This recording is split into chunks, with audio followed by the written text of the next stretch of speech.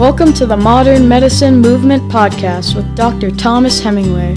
Have you ever looked in the mirror and said to yourself, I thought I'd be healthier, in better shape, feel better both physically, mentally, emotionally, and spiritually, and be further along in my life?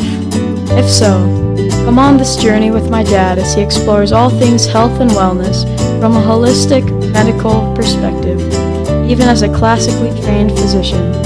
He'll share integrative strategies to optimize health and inspire you to join the modern medicine movement. Welcome to the Modern Medicine Movement Podcast. Dr. Thomas Hemingway here. Super excited and pumped to be here with you. Oh my gosh, guys, got a topic that's just going to knock your proverbial socks off today. Super pumped. It actually came from a friend of mine who had a question about this particular thing. And so I do take your feedback seriously. I often podcast, exactly in response to feedback and questions. So this is for Lisa. I'm going to talk all about something she asked me about, and I can't wait to get down into it. But first of all, just wanted to thank you guys for being here, for listening, for sharing. Oh my gosh, you guys are why I do this, and I'm so pumped. I'm so grateful for you guys. A big thank you. Just means the world to me. If you guys have shared one of my episodes with friends or family, thanks for doing that, getting the word out. Also, please write me a review, especially on Apple Podcasts. That just gets our show out, to more listeners. I really think we can change a lot of lives this way. It's super easy to do if you haven't already, which I think there's a couple of you. I mean, I get thousands of downloads and we only have, a few hundred reviews. So please take a moment, scroll down if you're on Apple Podcasts at the bottom where those stars are. Click on the one to the right, number 5 out of 5 stars. Click on that, type a little review. Tell me what you're loving. Tell me what you're learning. Just give me a shout out. I would love to share your reviews with our listeners. This week I got a sweet little email from a gal named Diana. Thank you for emailing, guys. You can also reach out to me that way. But please also post up a review. That really helps. Diana says this. She says, I loved your podcast on dieting or not dieting. I'm studying a health coaching class, and I didn't realize that water was thermogenic. Thank you for your wisdom in your podcast. I've been sharing them with the people I love. You are so smart and awesome. I wish you were my family's doctor. Oh, thank you, Diana. That was so sweet. Thank you for sharing. I appreciate that. Awesome. This is why I do this. I podcast for you guys. Also, if you haven't heard yet, I have a free Facebook group called the Modern Medicine Movement Health and Wellness Facebook group. I pretty much accept everybody universally. Please just abide by the rules that we have set there, and you can reach out to me. You can see when the podcasts are live and get some more info. I'm doing lives now once a week, posting up a video on certain questions that I've received and topics that you guys are interested in. Last week, did a really cool one on the seed oils, those not so awesome, vegetable oils that I've talked about in a previous podcast. I did a live on that last week, posted it up in there. It was really, well received. I think there were a lot of questions. We talked about natural fats like tallow, which a lot of folks didn't know what that was, as well as other saturated fats that are good for us, butter and eggs with the real cholesterol that we need, and staying away from those seed oils, which, so if you haven't checked that out, I got a podcast on that, but I'll be doing a weekly live. I'll be posting that up to the group, Modern Medicine Movement Health and Wellness Group. You can find me there. You can also email me. I'm old school. I like email. Modern Medicine Movement Podcast at gmail.com. And I pride myself in answering your emails. It may not be that day, but it'll be usually pretty quickly. So reach out to me. Reach out to me on Facebook, Thomas Hemingway on Facebook, or Modern Medicine Movement Podcast, or on Instagram at Aloha Surf Doc, or at Modern Medicine Movement Podcast as well on Instagram, or you can go to my website as well, modernmedicinemovement.com. All right, so enough of all that, but just wanted to thank you guys again and send me feedback because I'll often podcast on it. Like today's episode, I dedicate to my good friend Lisa, who asked me a particular question on something called NAD. nicotinamide, adenine dinucleotide. And you're like, what the heck is that? I promise this is going to knock your socks off. You're going to be pumped. I mean, think about way back when, 600 years ago, there were these explorers out and about looking for the proverbial fountain of youth. And there's scientists nowadays that are even sort of alluding to this particular molecule, NAD, as a perpetual possible fountain of youth. So Ponce de Leon, I don't think found this, but it's one of the things that we're researching in a big way lately, especially in the last 10 years or so, and it's getting a lot of press. Our friend NAD, there's a cool article, guys, that I'll put in the show notes that is a really good kind of intro or primer to this topic on NAD. It's entitled Beyond Resveratrol, the Anti-Aging NAD Fad. This was in Scientific American a couple of years ago, and it's just a cool primer.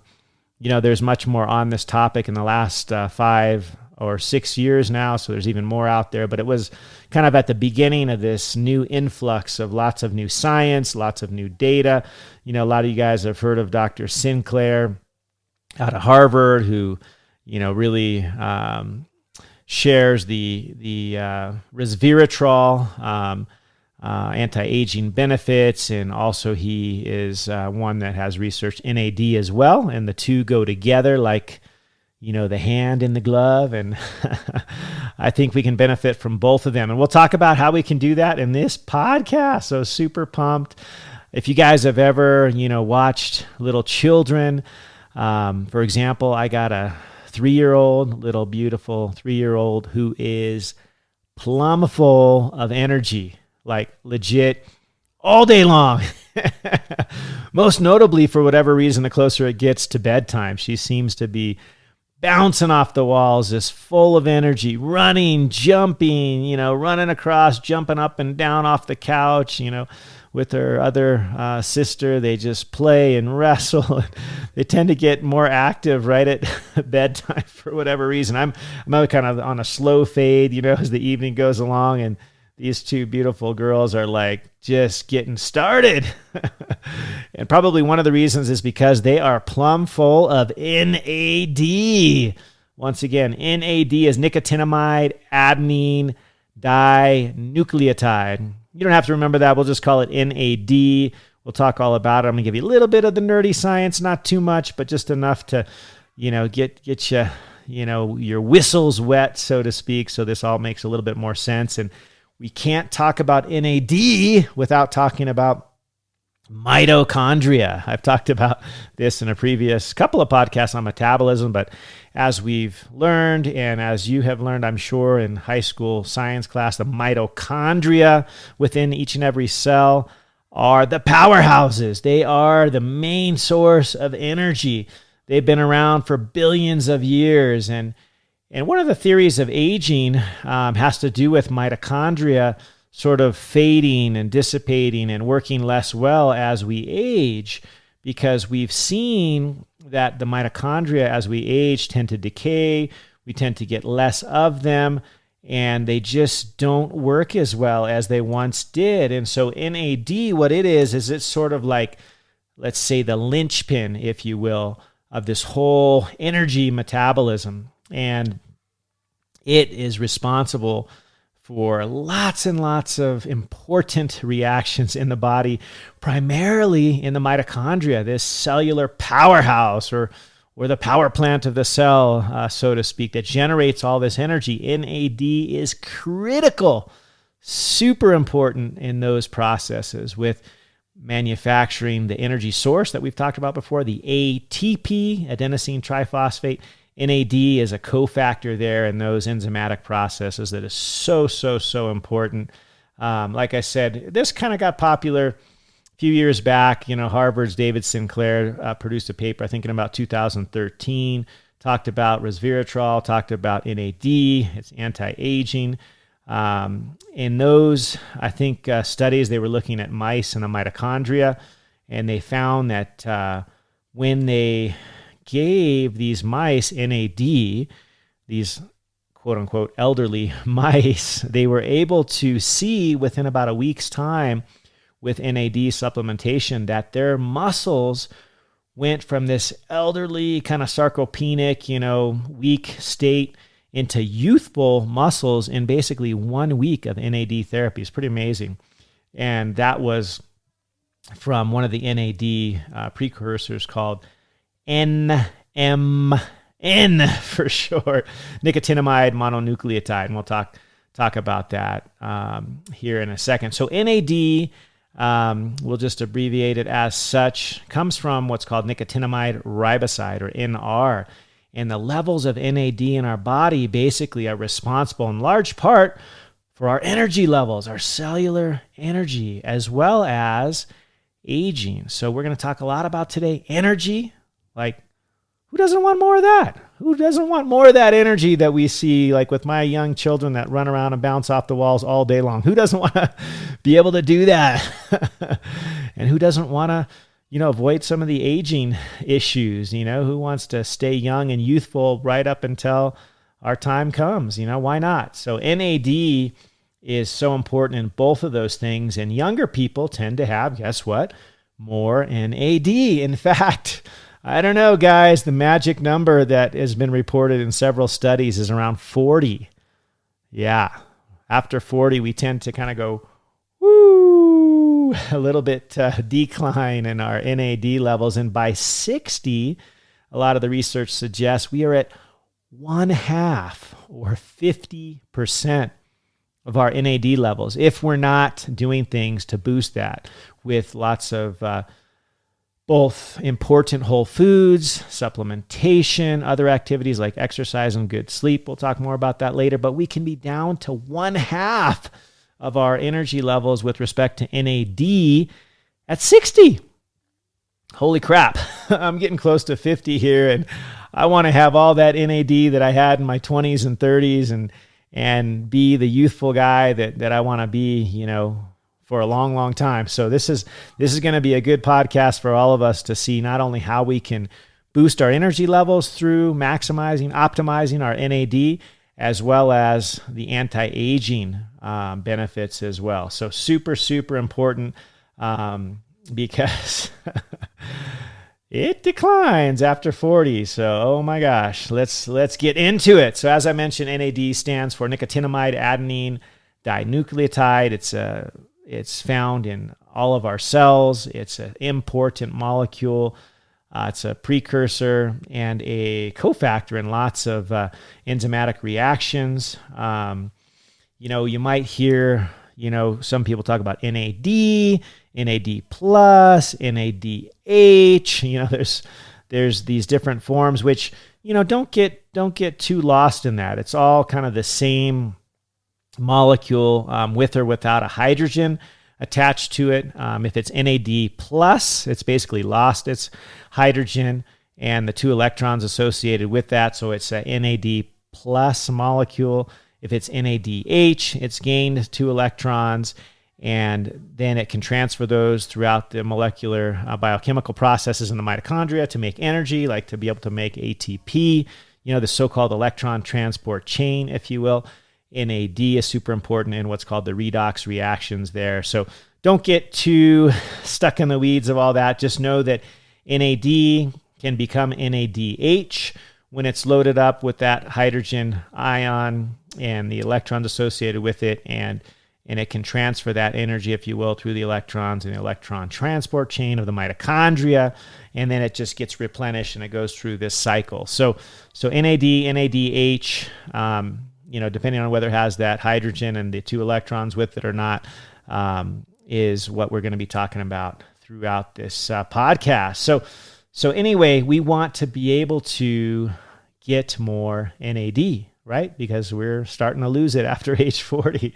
And NAD, as mentioned, is a cofactor for many, many, many enzymes. And back, I think it was the magnesium podcast, guys, I talked all about what an enzyme was. An enzyme is basically a metabolic or biochemical catalyst, which basically makes reactions occur much, much, much, much quicker and can be with even less of the activation energy. Remember back in science class in high school We made these big energy hills. You had to go up and over the energy hill to go into the reaction. A certain amount of kilocalories of energy was required.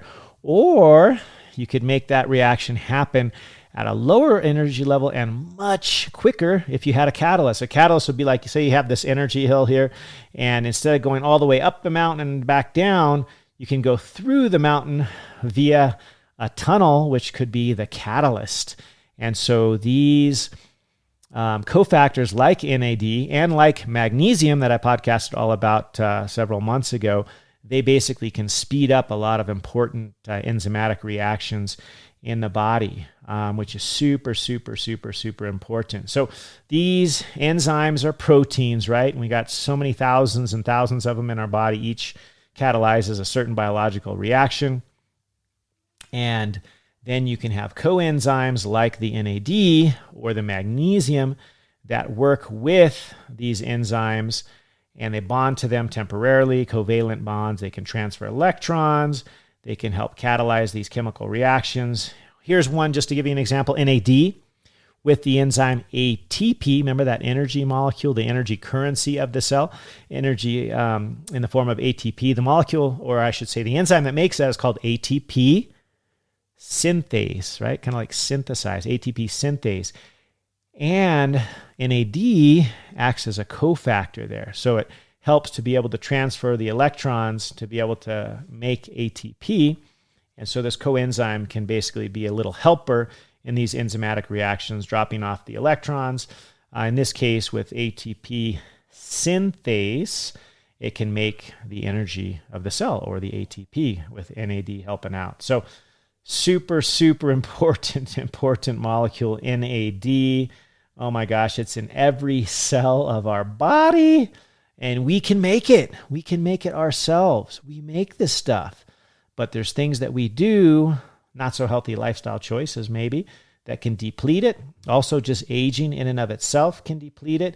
And then we can pump it up through certain other more beneficial activities like exercise, for example, and also through good, wholesome foods as well as supplementation. So we'll talk a little bit more about that. But just to kind of summarize why we even have it in the first place, right? It's basically this important enzymatic cofactor, primarily found in the mitochondria, right? These powerhouses of our cell. And it helps participate, in this process of generating energy that I refer to as the electron transport chain, okay? So NAD can accept the electrons, become NADH, and then it can drop off those electrons, and it just kind of cycles over and over again. And these electrons is what powers that enzymatic machinery, if you will. It sort of acts as the power plant of our cell, right? The mitochondria. And NAD is basically vital to that energy production. So we need this stuff. And in those that have low levels of NAD, not surprisingly, you might be a little tired. You might be a little bit, less sharp cognitively, or less energetic, or less able to, perform those mental gymnastics if you're working on, a crossword puzzle or other kinds of games or things, or just even reading comprehension. If your NAD levels are low, you're kind of like not as sharp as you want to be. You're not as energized, physically as you want to be. So it's vital. We want this stuff. There's a whole other process, or processes, I should say, with NAD with respect to the sirtuins. This is kind of where we get into the anti-aging stuff. And I'll probably have to podcast a whole separate episode on the sirtuins, because we can get in the weeds in this and talk about SIRT1 pathway and the SIRT3 pathway and all this stuff. But suffice it to say that NAD is super, super important, not only in the energy production and having, the increased stamina, both physically as well as mentally, intellectually, to have that energy, but also it's important in the anti-aging processes, which largely is through these sirtuin pathways. And this is kind of where the Resveratrol that David Sinclair was one of those that made it real famous, which can be found in grapes, or a little wine if you prefer, or the real dark, berries like blueberries, etc. Okay, so that's through this whole pathway with the sirtuins. and that's kind of the anti-aging benefits is found through the sirtuin pathway. And I don't want to get too into that, but as I mentioned, one of the things that happens just with aging in and of itself is our NAD levels go down. It's estimated by 60, we're down to 1/2, which is, oh my gosh, it's shocking. It's just, I'm coming up on 50, and I I can't imagine being at 1/2 of the NAD in another few years. So I'm going to do everything I can to be able to boost up my NAD, and I'll tell you how we can do it. So let's get down into it, okay? And one of it is through basically vitamin B3, because that's kind of a precursor of NAD. And so we want to boost that because it's so important to be able to generate these NAD molecules for our cellular energy and also for the anti-aging properties through the sirtuin pathways.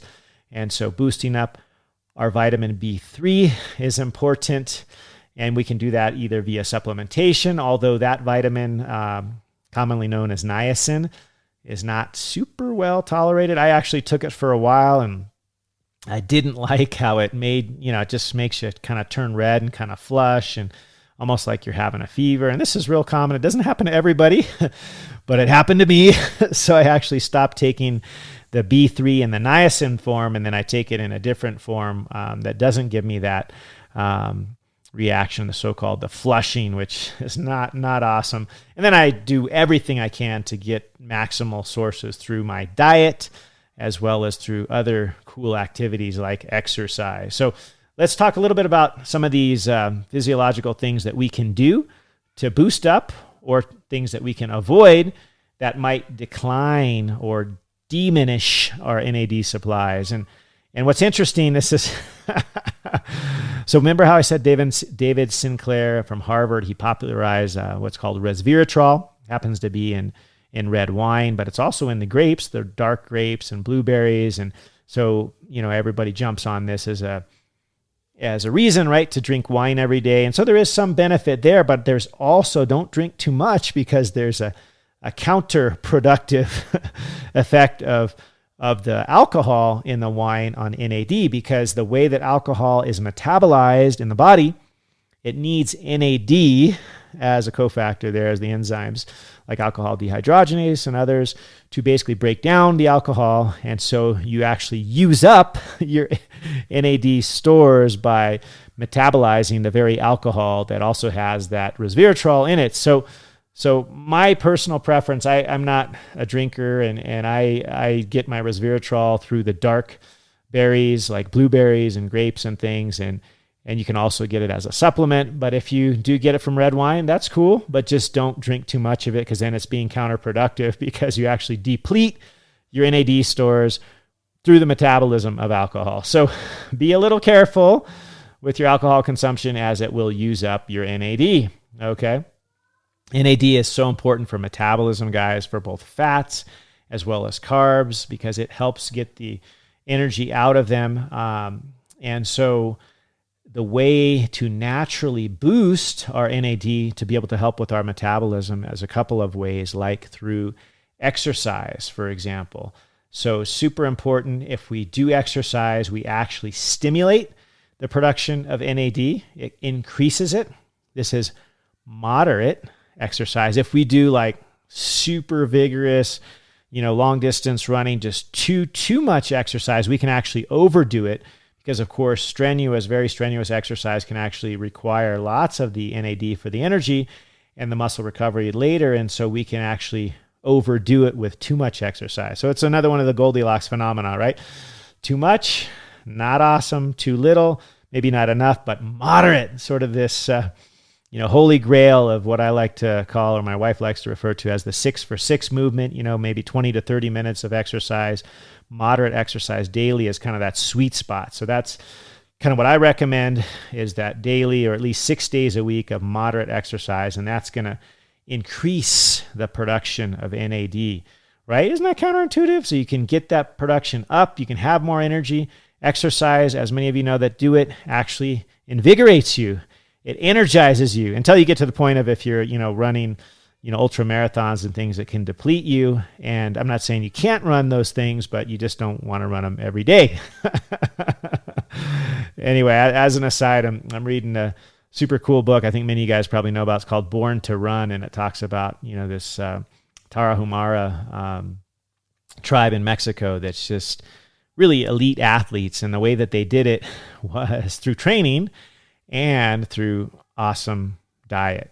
Okay, diet not as in restrictive foods, but as in natural foods, just the foods they ate every day and nothing processed. So anyway, we'll talk more about that in a future podcast. But NAD can be increased, as mentioned, through exercise. Okay, another pearl. Besides exercise, it can also be increased through proper sleep.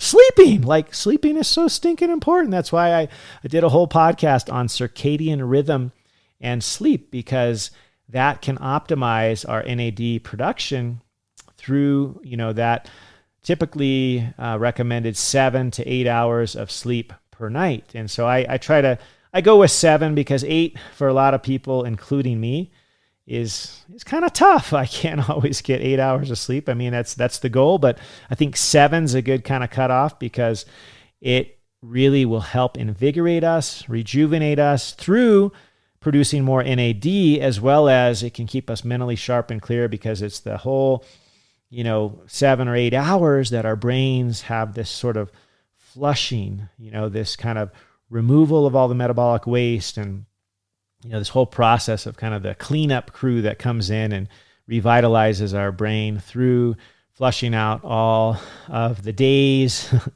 leftover products of reactions and things, the waste materials and all that stuff. And this is happening as we sleep. So it's very regenerative as far as the flushing. And I talked about that, the so-called glymphatic system, the special brain glial cells that are like the lymph of the rest of our body, the brain's whole system. We like to call it the glymphatic system, that sort of flushes and circulates and gets rid of waste materials and toxins. And also, during our sleep, we regenerate NAD. So sleep is awesome. Sleep is awesome. So try to get your recommended 7 to 8 hours if you can. Super, super important. Do your exercise.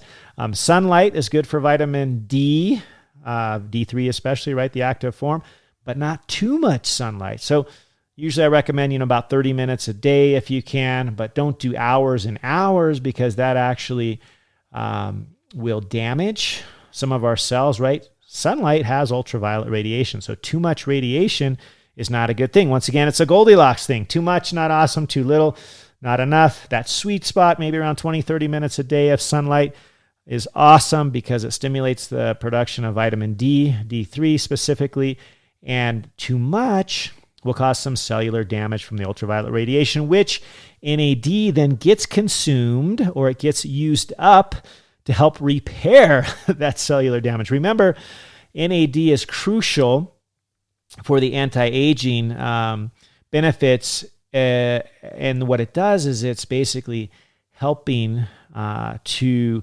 fix all of the DNA damage that has happened over the course of the day, so to speak. So that's one of the ways it can get depleted. So don't do too much sunlight, get enough, but not too much, and you'll hit that sweet spot. You get the benefit and not get the side effect of too much, which is NAD depletion, as it repairs the cellular damage that happens with too much sunlight from that radiation.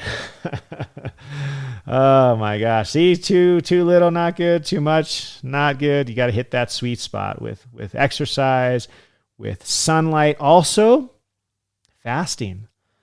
Fasting is really, really good for NAD, and it stimulates NAD. Once again, not too much of it. You don't want to fast for a month or even a week. You want to, do it in a moderate sense. I recommend the intermittent fasting sort of protocol, or what I often refer to as time-restricted eating or mindful eating, because you don't overdo it.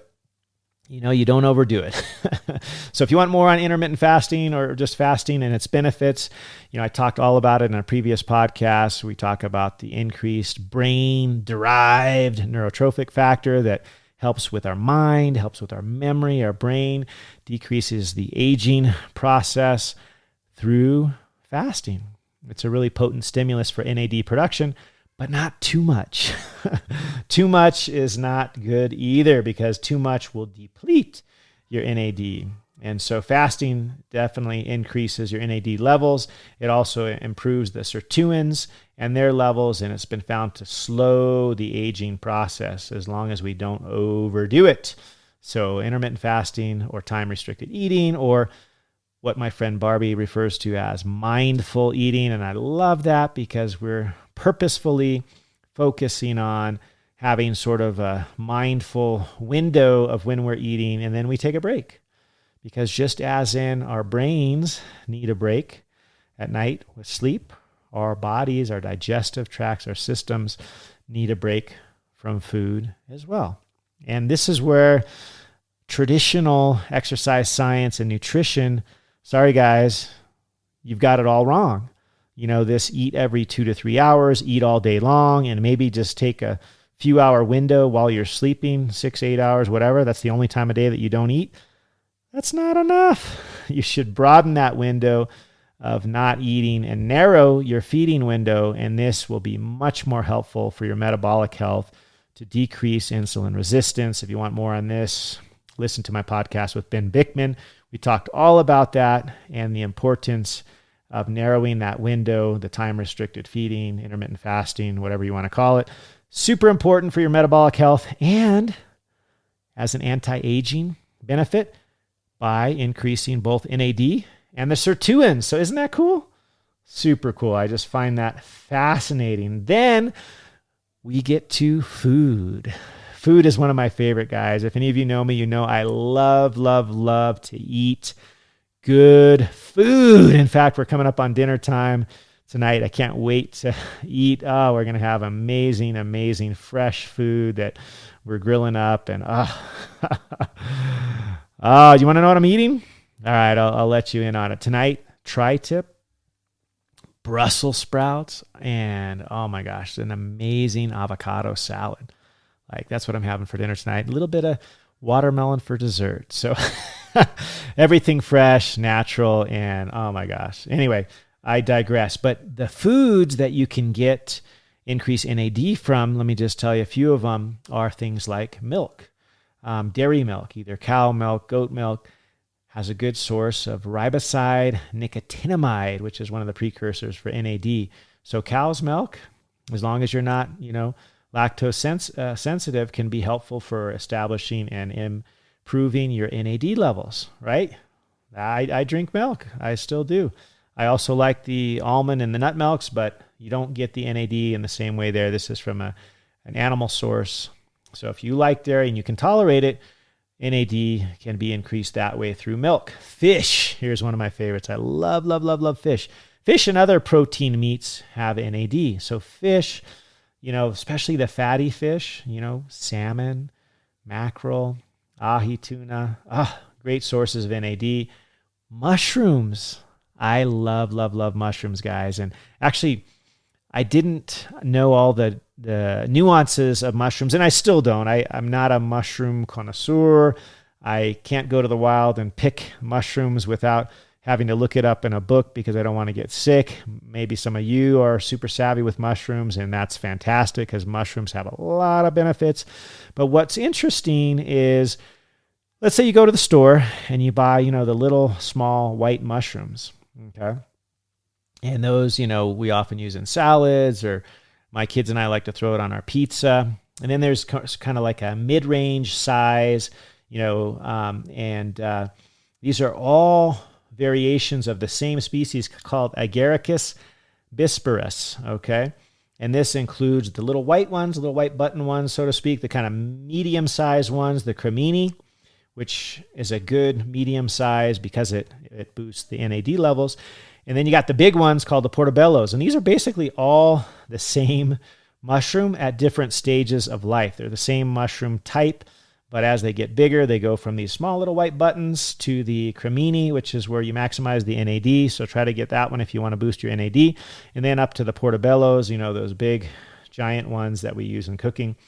But they're all good. Mushrooms are awesome. I love, love, love mushrooms because they do have lots of benefits. Another thing we can get from food, actually, yeast. Like if you have a starter yeast that you make your own sourdough bread, which is my favorite bread, not because it just tastes amazing, but also the health benefits of sourdough from a starter are amazing. But the yeast will actually increase your NAD as well. And this may be why my grandfather, who lived to almost 95, he every day took a spoonful of yeast and mixed it up in the morning with whatever his drink was, and he would gobble that up. And I was just like, what the heck is he doing? And he understood that yeast increased his energy and NAD. So I just get mine from healthy sourdough from a starter. I don't take a spoonful of yeast like my grandfather did.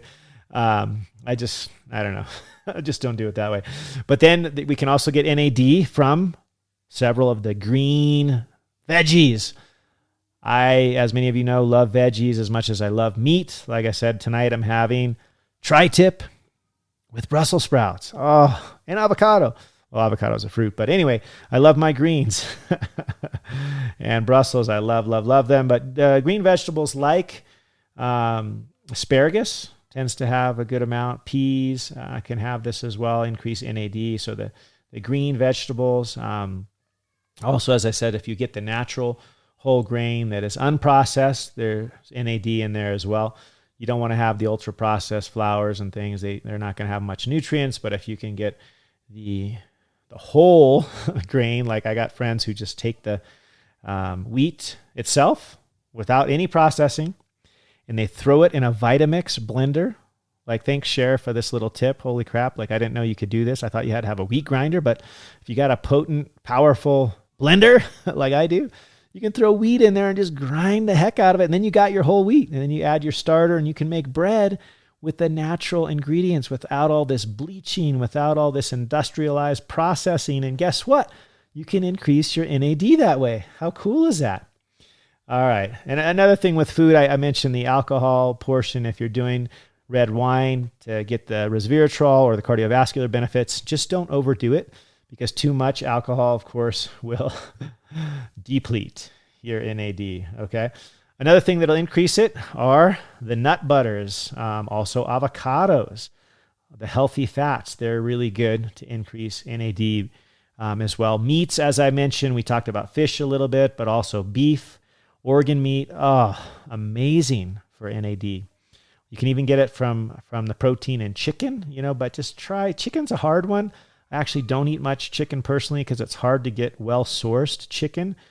Free range, organic chicken. It's just a little bit hard to find. You can get it from places like Belcampo, which I trust, and I would much rather eat a chicken that was allowed to live its normal life and not cooped up in a small little tiny CAFO where it's, 2 weeks from chick to basically, adult. And it's, can you imagine that? In these CAFOs, these confined feeding, environments where they have chicken or even beef, the so-called feedlot animals, horrible, horrible stuff. Not only is it not healthy for the animal, but they literally are feeding them garbage, corn, soy, largely GMO produced. They're fattening them up, and a chick can go from basically a baby to a mature adult in 2 weeks, and then sacrifice, butchered and put on your table in 2 weeks.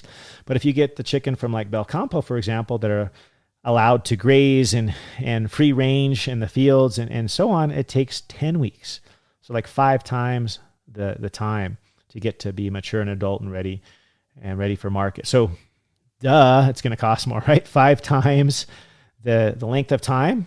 So it's going to cost, maybe 5 times the price. And anyway, Thanksgiving is coming up this week, and so we looked long and hard to get a turkey that was free range. And yeah, it's probably the most expensive turkey we ever bought, but I feel much better about it. I personally don't love turkey, but it's Thanksgiving, so why not, right? We're going to have a turkey, but we had to really look hard to find the good one that was well-sourced. And I would encourage you guys to look for the good, well-sourced meats as well. If you want more on that, listen to my podcast on the Grass-Fed and Finished, where I talk a lot about beef in particular, how to get the good stuff that doesn't have all the hormones and antibiotics and hasn't been cooped up and fed the seed oils, those canolas, soys, and all that other garbage. So anyway, I digress.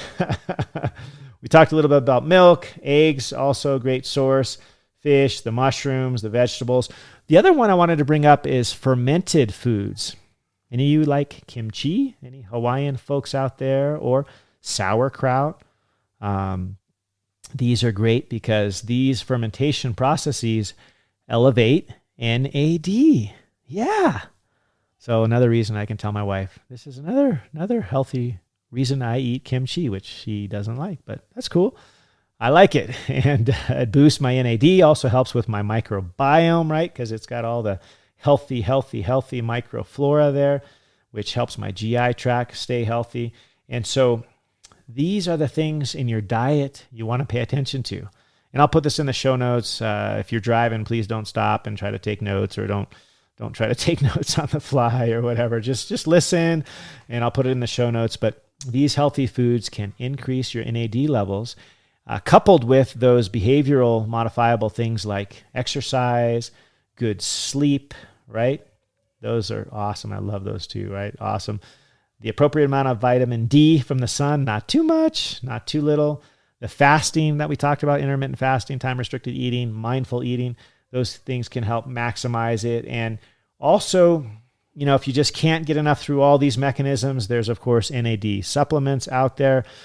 You can message me if you want to know more about what I take. But, I really focus. My goal is always to go through healthy lifestyle, both what we put in our mouths, because food is truly medicine. Go there first, and then the healthy behavioral activities that we do, like exercise, proper sleep, the intermittent fasting, those things that we've mentioned, not too much alcohol, things like that. That's my bread and butter. I do supplement in addition to that because why not? Why not make sure your NAD stores are filled, right? Because this is such an important molecule in our body, in all of our cells, right? NAD, and it's used for their energy production.